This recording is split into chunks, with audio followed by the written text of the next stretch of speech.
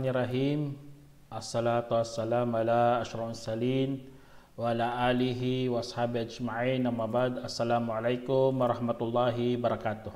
Mga kapatid sa Islam, andito naman po tayo para magbigay ng Islamikong pagpapayo patungkol ito sa tafsir sa surah Al-Waqiah o tinatawag na kabanata ng kaganapan. Natapos na natin ang hanggang 40 lang po tayo. Ngayon, magsisimula naman tayo sa 41. Ito ay patungkol naman sa mga taga-impyerno. Tinatawag pa na ashabus shimal, mga makakasama sa kaliwa. Kaya sabi ng Allah subhanahu wa ta'ala, A'udhu billahi minasyaitanir rajim, wa ashabus shimali ma ashabus shimal. Sinabi ng Allah subhanahu wa ta'ala bilang sabi niya, ang mga makakasama sa kaliwa. Sino kaya ang mga makakasama sa kaliwa? Kaya ang Allah subhanahu wa ta'ala, kung mabanggit yung paraiso, binabanggit niya rin ang impyerno. Patunay lang po yan na hindi dapat kalimutan ng isang merong pananampalataya kay Allah subhanahu wa ta'ala ang dalawang patutunguhan. Kapag ikaw malapit sa paggawa ng kabutihan, dapat isipin mo ang paraiso. Kapag ikaw malapit naman sa mga ipinagbabawal, dapat isipin mo ang impyerno. Kasi nga, yun ang magpapatuloy sa iyo sa pagsasagawa ng kabutihan at pag-iwan ng mga kasamaan. Yun din ang nagpapaalala sa atin na sa pag-ibig ng Allah at sa puot ng Allah subhanahu wa ta'ala. Hindi pwede ihiwalay mo ang dalawa na ito. Ang pag-ibig at ang puot ng Allah subhanahu wa ta'ala. Dapat ipagsabay mo ito para lalo kang maging matuwid sa patutunguhan mo sa paraiso. Kaya ito ang pinapaliwanag ng Allah subhanahu wa ta'ala. Sino kaya ang makakasama sa kaliwa? Sino nagtatanong si Allah subhanahu wa ta'ala? Kaya kadugtong dito, sabi niya, fi samumi hamim. Sabi niya, nasa mainit na simoy at sa kumukulo. Subhanallah. Nagbibigay si Allah subhanahu wa ta'ala ng paglalarawan sa impyerno, mga kapatid. Mainit na simoy. Parang naalala ko dati, pumunta kami sa Hajj, sa Umrah. Napakainit, time ng humid, time ng napakainit dito sa Saudi, maraming na heat stroke. Ang init, parang sinasampal sa mukha ng mga nasa labas. Ganon ka init, mga kapatid, dati. Kaya doon maalala natin, doon sa impyerno, subhanallah, kung iisipin natin, ano lang napakaliit na porsyento. Kaya sa hadith ni Prophet Muhammad, sabi niya, ang apoy na ito ay isa lang sa mga 70 na apoy sa impyerno. Subhanallah, 70. Isa lang yan sa apoy sa 70. Kaya gano'n na gano'n ang init. Kaya simoy pa lang, mga kapatid, samum. Kung sa Arabic pa, ang simoy ng hangin doon napakainit. Parang lumapit ka sa lumiliyab na apoy, di ba? Kapag mayroong naglilihab ng apoy, mga kahoy, mga dahon, di ba, napakainit. Parang napapaso ang mukha mo. Ganun na ganun, sobra pa doon sa impyerno. At hamim, ay ibig sabihin kumukulo. Subhanallah, mayroong kumukulo doon. Ano yun din na nakakatakot, mga kapatid. Ang kumukulo doon, hindi katulad na kumukulo sa takuri. Bagkos, buong kapaligiran kumukulo. Subhanallah, yun ang iisipin, nakakatakot yun. Parang may sumabog na bulkan, tapos mayroong mga lava na dumadaloy, kumukulo. Di ba, mayroon ng mga video ngayon, mga Discovery Channel, na binibidyohan nila ang mga kumukulong mga lava. Kaya tubig yung kumukulo, bato kumukulo, lahat ng mga mo doon makikita sa impyerno kumukulo, pati utak mo kumukulo. Kaya nakakatakot sa mga makakasama sa impyernong apoy, mga kapatid. Makakasama ka sa kaliwa, yun ang pupuntahan mo. Nakakatakot. Dalawa pa lang to, tapos ano pang sinabi ng Allah dito? Sabi niya, وَظِلِّمْ مِنْ يَحْمُبْ. Sabi niya, nasa lilim ng maitim na usok. Subhanallah, sa lilim ng maitim na usok. Ganun na ganun ang description, mga kapatid. Fi dhillin min yahmum. Kaya kung iisipin mo, lilim na, maitim pa, nausok. Ibig sabihin, umuusok ang impyernong apoy. Siyempre naman, merong nagliliham doon, merong apoy doon. Umuusok, nag-iitim ang mga, kaya napakabaho ng impyerno, mga kapatid. Napakabaho, halos hindi mo makikita, parang nasusunog na bahay, ganun na ganun ang description ng Allah subhanahu wa ta'ala. Tapos ano pa? La baridiu wala karim. Sabi niya, na walang malamig at walang kaaya-aya. Subhanallah. Kaya sa impyernong apoy, mga kapatid, wag nyo talagang ismulin yan. Meron nga akong narinig Sabi niya sa impyerno, daming maipunta doon. Ang apoy ay mamamatay kasi sa sobrang dami ng mga tao. Subhanallah. Ganun ang kanyang sinabi. Akala niya biro-biro ng ganun. Hindi po ganyan ang mangyari sa impyerno. Kahit anong tapon mo doon, kahit anong dami ng mga nakakasama sa kaliwa, hindi yan mamamatay ang apoy. Kaya sabi nito, la barid, walang lamig doon, walang lamig, hindi mamamatay ang apoy.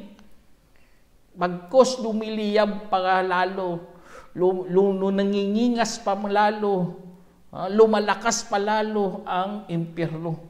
Sa dami ng mga itatapon doon. Kaya kahit sa Quran, sabi ng impyerno sa kwento ng Allah, sabi ng impyerno, hal min mazid, meron pang maidagdag, meron ka pang dagdag, subhanallah. Ganun ang itatanong ng impyerno kay Allah subhanahu wa ta'ala. Meron pa siyang maidagdag.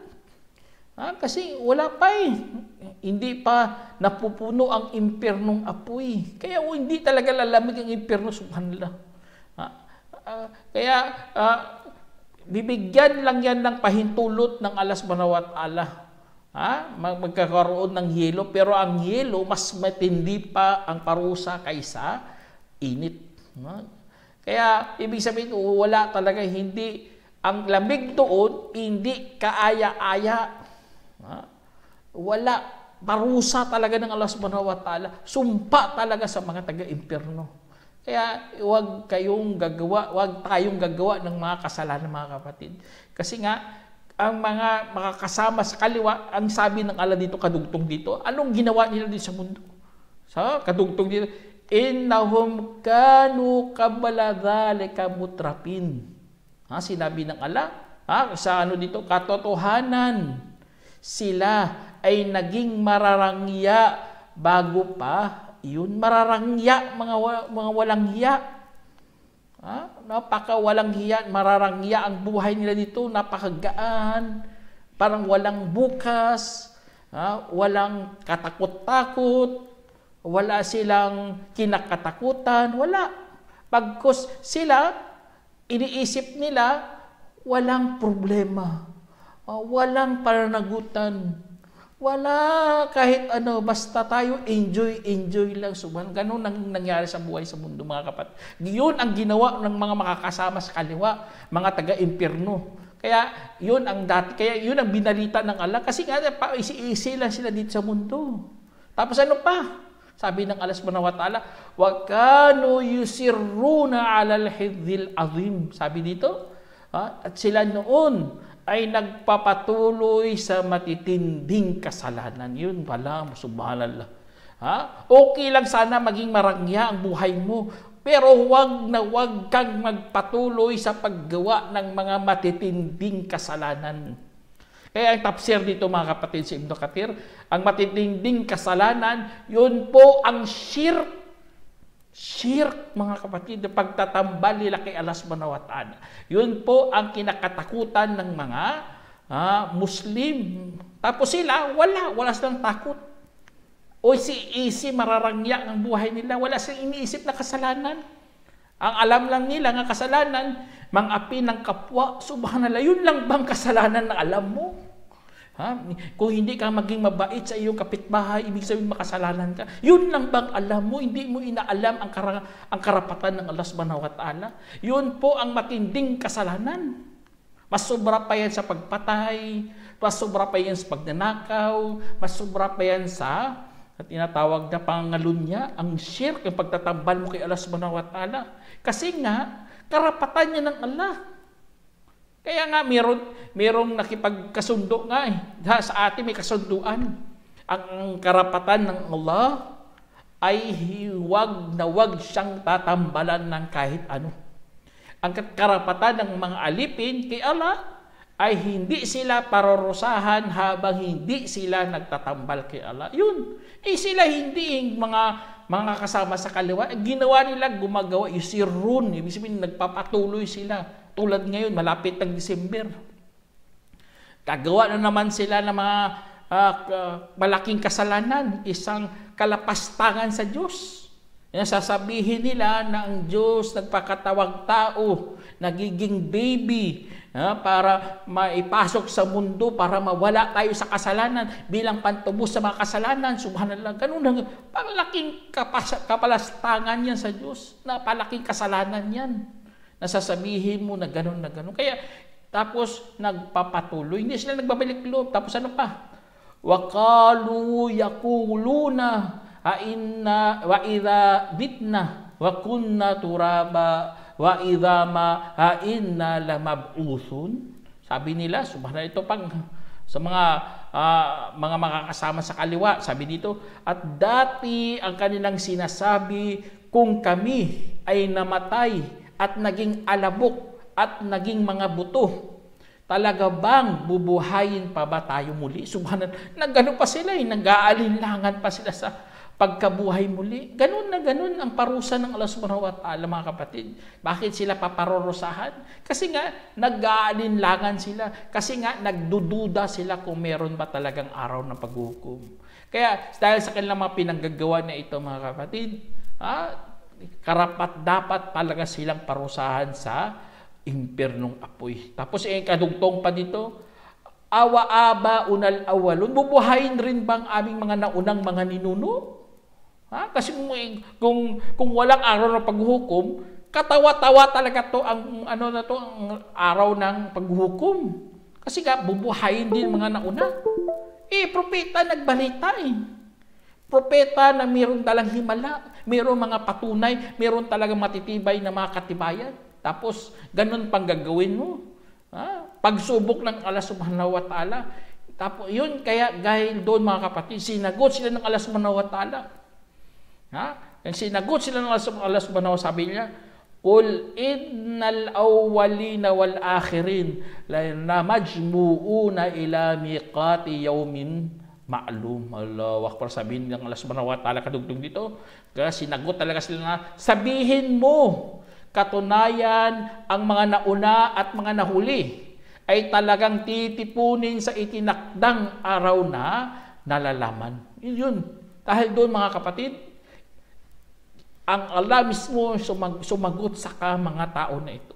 Sa panahon natin, bubuhayin tayo lahat ng Allah mula sa una hanggang sa huli. Sa itinakdang araw na alam ng lahat. Alam, kasi nga ang araw paghukom, alam mo araw paghukom kasi nga mayroong mga gagawin doon kung saan makikita mo ang mga sagisag ng araw ng paghukom, katulad na ng may mga usok, mga lindol, ang mga patay magbubuhay muli. Yun nakakatakot. Alam yun mga kapatid. Hindi mo kayang itanggi yun. Sasabihin mo magic yan, o ano pa dyan, gawa yan ng siyensya, gawa yan ng mga demonyo. Hindi mo kaya itanggi yun. Kaya, tapos sabi ng Allah subhanahu wa ta'ala din, sabi niya, Thumma innakum la ayyuhadhaluna al-mukadzibun la akiluna min sajaratin min zakkum. Sabi ng Allah subhanahu wa ta'ala, at pagkatapos tunay na kayo o mga naliligaw at mapagbulaan. Naliligaw, tinataano naman dito. Lahat ng mga sa araw paghukom na yun, tinatatawagin ang lahat ng mga naligaw. Ano ibig sabihin ng ligaw, mga kapatid? Ang ligaw, mayroong kaalaman, ngunit hindi naman nila, wala pala silang kaalaman, ngunit gumagawa sila. Gusto nila magsamba, pero walang alam yun, mga ligaw po yan. Audubillah, sali magpakup-kup tayo sa Allah subhanahu wa ta'ala, hindi tayo makasali sa mga ligaw. Nasamba ng samba. na wala namang mga pundasyon, wala namang kaalaman yun na nangyari sa mga Kristiyano, sa mga Nasara, mga kapatid. Na meron silang sigasig, gusto nilang magsamba pero walang alam. Tapos mga mapagbulaan, kapag dumating sa kanilang mga katotohanan, dumating sa kanilang kasulatan, hindi nila tinatanggap. Kaya mga tatawagin to sila, mga ligaw at mga mapagbulaan. Tapos sabi niya, talagang kakainin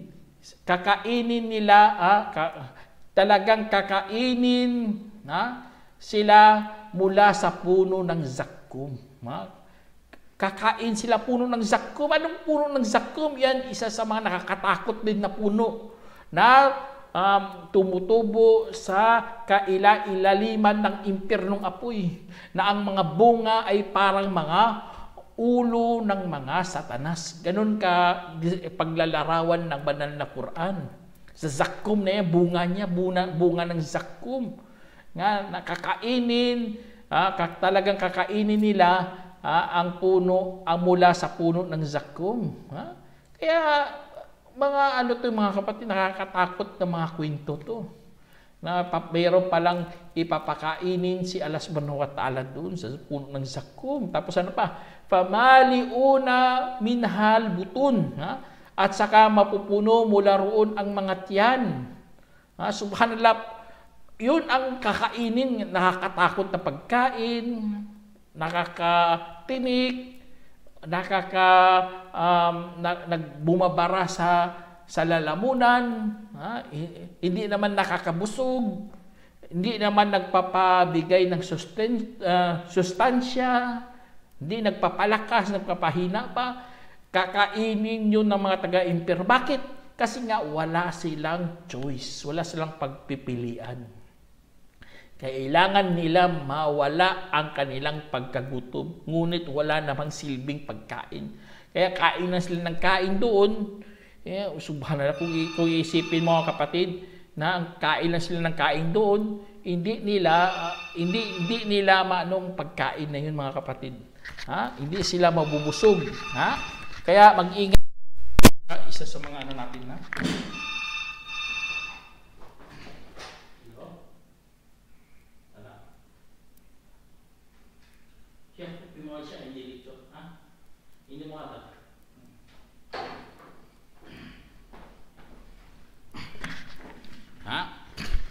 Yan isa sa mga nakakatakot sa impyerno mga kapatid. Tapos ano pa?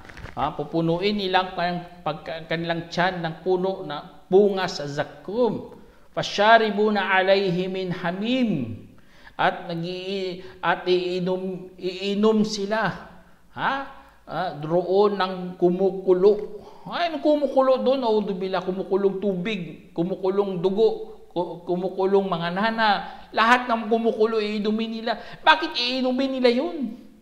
Ang init-init yun kasi nga ito nakakalungkot mga kapatid. Kasi nga wala silang iinumin na iba.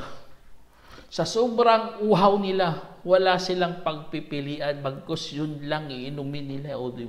Kung ano nakakaluha talaga ng mga pangyayari sa mga makakapunta sa impyernong apoy mga kapatid. Parang refugee. Iinom sila sa maduduming mga tubig kasi wala silang choice. Kailangan nilang uminom kahit doon sa mga marurumi. Sa impyerno ganun din, wala silang pagpipilian, bagkus yun lang iinumin nilang kumukulo.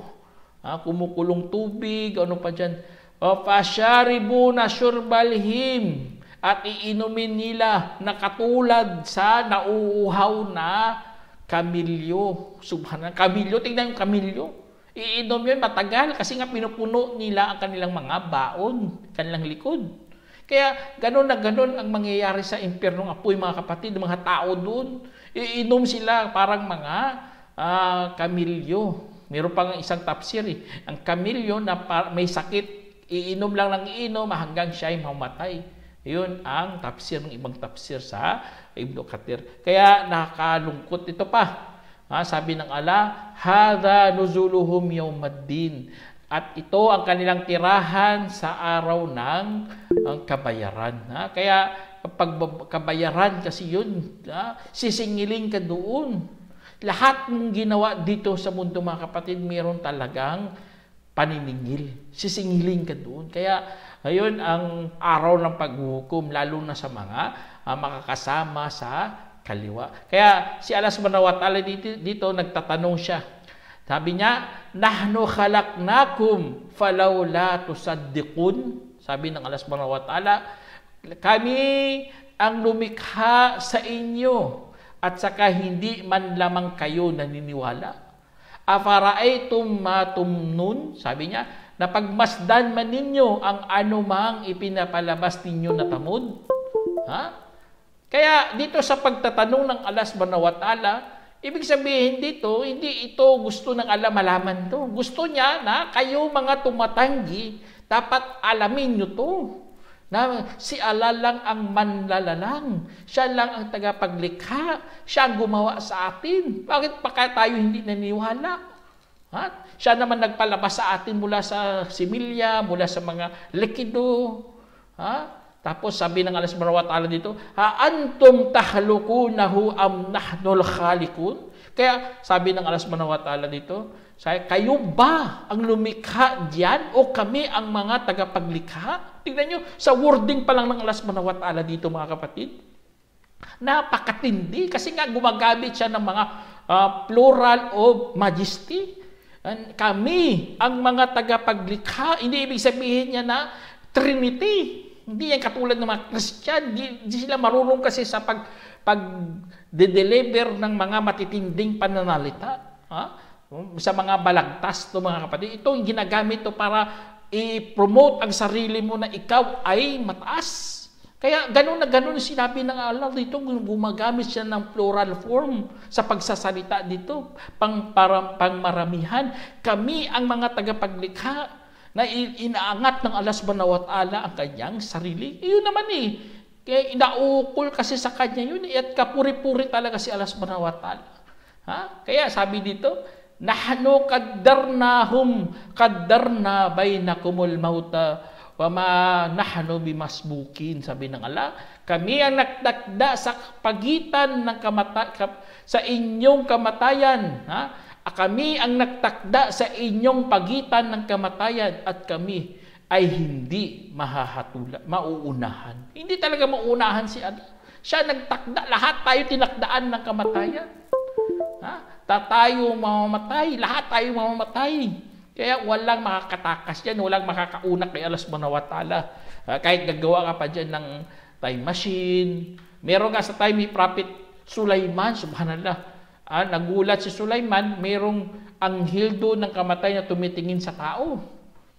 Kaya sabi ni Sulaiman kay sa tao, halik ka nga.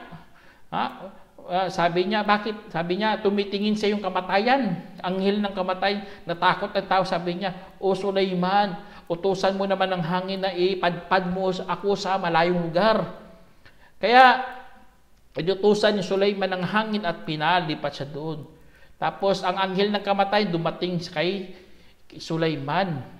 Sabi kay Sulaiman, nagulat talaga ako na ang tao na yan itinakda mamatay doon sa malayong lugar. Isang minuto pa lang, isang segundo pa lang nakita ko lang dito yung tao na yan sa tabi mo. Doon siya papatayin, doon hugutin kaluluwa niya doon sa malayong lugar. Subhanallah, kayo tingnan nyo, ganun na ganun lang kamatayan mga kapatid. Nakatakda na. Kahit anong gawin mo. Kaya, subhanallah, hindi mo talagang alam. Kaya sabi dito ng Allah subhanahu wa ta'ala kadugtong, ala an tubaddila amthalakum wa nunshi'akum fima la ta'lamun. Sabi dito, at babaguhin, sabi niya, babaguhin ang inyong mga magkakatulad. Kaya sa araw ng paghukom mga kapatid, doon sa araw ng paghukom ng Allah subhanahu wa ta'ala, tayo ay babaguhin ng Allah subhanahu wa ta'ala. Lahat po tayo, nababaguhin namin ang inyong pagkakatulad at lilikhain namin kayo sa hindi pa ninyo nalalaman. Tingnan nyo, ibig sabihin sa araw paghukom, papalitan tayo ng Allah subhanahu wa ta'ala lahat-lahat. Yung katawan mo maging malakas, ang mata mo maging malakas, Kayang-kayang tumingin kay Allah subhanahu wa ta'ala. Ganon na ganon ang paggagawin ng Allah subhanahu wa ta'ala. Nagagawin niyang malakas lahat ng ating pangangatawan.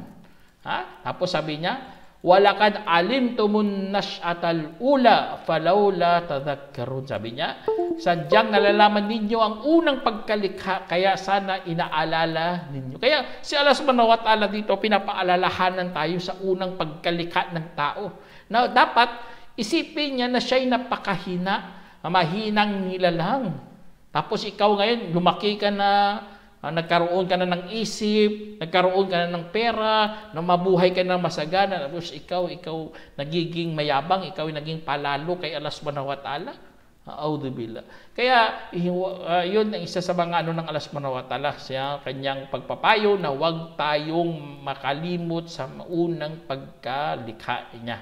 Tapos sabi niya, afara'aytum ma tahruthun? Sabi niya, nakita ba ninyo ang anumang inyong pinupunla? Aantum tazra'unahu am nahnu zari'un? Sabi niya, kayo nga ba ang nagpapatubo nito o kami ang mga tagapagpatubo? Tingnan niyo, subhanallah, ulit-ulit ng Allah subhanahu wa ta'ala.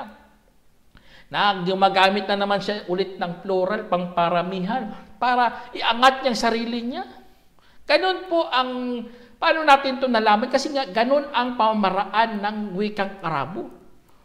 Dapat bumasi po tayo sa kapamaraanan ng mga nagsasalita ng wikang Arabo. Kaya ganun, basta gumagamit ng tinatawag natin na plural of majesty. Allahu Akbar. Kaya sana wag tayo magkamali dyan kasi alhamdulillah, pasalamat po tayo. Alam natin ang Arabic, alam natin ang pamamaraan ng pagsasalita ng Arabic, alam natin ang mga tugma na pangangahulugan sa ginagamit sa wikang Arabo. Kaya sabi ng Allah subhanahu wa ta'ala, biglang ang kadugtong dito, walaw nasya'ul jalnahu tama fadaltum tafakkahun. Sabi ng Allah subhanahu wa ta'ala, kung aming nanaisin ay talagang gawin naming itong tuyo at saka kayo'y mananatili na nagtataka. Totoo talaga ito subhanallah. Ang mga tanim, ako nga nag-alaga ng tanim. Tapos, syempre, hindi ko alam, nagtagal na naging tuyo. Kaya nagtataka talaga ako, ginawa ko ng pamaraan ko. Nagdilig naman ako. Binibilad ko naman sa araw, pero namamatay pa rin mga tanim. Ganun ang gawin ng Allah subhanahu wa ta'ala. Akala natin, hawak natin mga tanim na yan. Kahit bibinyagan mo pa yan, kahit lagyan mo pa yan ng mga pataba, kung gustuhin ng Allah subhanahu wa ta'ala maging tuyo, wala ka talagang magagawa. Kaya huwag nating angkinin ang hindi atin. Pagkus tayo manalangin kay Allah subhanahu wa ta'ala na sana ang mga halaman na ito ay tutubo. Ya Allah, sa pamagitan ng pataba din nilagay ko, sana lumago naman itong mga halaman ko. Ganun dapat, huwag niyong angkinin ang hindi sa inyo. Kasi nga kapag inangkin ng hindi sa iyo, ganun mangyari sa'yo, magtataka ka. Magtataka ka, bakit namatay? Bakit natuyo? Ginawa ko naman lahat. Naglagay naman ako ng tubig. Subhanallah. Tapos sabi ng Allah subhanahu wa ta'ala, inna lamugramun. Sabi niya, katotohanan, kami ay sadyang nagkautang. Dito sa kwento na naman to, sa mga tao na ito, mga kapatid, ang kwento to ng mga sa mga taga-impyerno. Sila nagkakautang, meron silang pananagutan. Tapos sabi, bagkus bal nahnu mahrumun, bagkus kami ay pinagkaitan. Wala, pinagkaitan. Kasalanan naman nila yun Lahat naman binigay sa kanila, pero hindi nila sinunod si Allah subhanahu wa ta'ala. Tapos sabi ng Allah subhanahu wa ta'ala, kadugtog dito, afara'aytumul ma'al ladhi tashrabun? Sabi ng Allah subhanahu wa ta'ala, nakita ba ninyo ang tubig na inyong iniinom? Kayo ba ay nagpababa nito mula sa ulap o kami ang mga tagapagbababa? Allahu Akbar. Kaya yan, isa sa mga na rin natin mga kapatid, naranasan natin yan sa time ng El Nino. Ang El Nino, subhanallah, pinaparamdam talaga ng Allah subhanahu wa ta'ala sa atin na hindi natin saklaw ang mga bagay, lalo na sa ang ulan na yan. Kahit mag-cloud seeding ka doon, gagastos ka ng marami para magkaulan lang, hindi mo yan hawak ng Allahu Akbar. Kasi nga, si Allah lang yan ang may hawak ng ulan. Kaya ngayon, subhanallah, baliktad na naman. Ngayon, bagyo na naman, super typhoon na naman. Kaya, huwag niyong kalimutan mga kapatid na manalangin sa time ng mga ganito. Kasi nga, siya lang po ang may hawak yan. Siya ang tagapagbababa ng ulan. Kaya nagtatanong dito si Allah, kayo ba ang nagpabait nito mula sa ulap? O kami ang mga tagapagbababa? Allahu Akbar. Tapos sabi ng Allah subhanahu wa ta'ala, "Walau nasya'u laja'alnahu ujaja, falawla tashrabun." Sabi niya, kung aming nanaisin ay gawin namin itong maalat, kaya sana kayo'y magpapasalamat. Allahu Akbar. Kaya dito mga kapatid, yun, sabi ko sa inyo, hindi natin saklaw yan. Si Allah subhanahu wa ta'ala ang may hawak dyan. Kung gagawin niyang maalat yan, subhanallah, ano na lang gagawin natin? Wala na tayong mainom-inom. Alam nyo, kahit alam na natin kumuha ng tubig sa ilalim ng lupa, di ba, may mga deep well na, tapos na gano'n ka, nagmayabang ka na, masyala, kahit di na namin kailangan ng ulan kasi may mga deep well na kami. Huwag kang magyabang ng gano'n. Subhanallah, kung gagawin maalat yan, deep well na yan, ano na lang iinumin mo? Lalagyan ng Allah subhanahu wa ta'ala ng maraming tina, anong gagawin mo? Maging iinom ka lang ng maalat? Kaya magdua ka talaga, huwag kang magmalaki. Ganon ang pagpapahiwatig dito ng Allah subhanahu wa ta'ala, huwag kang magyabang. Kung alam mo na ang mga bagay, dapat magpasalamat ka rin.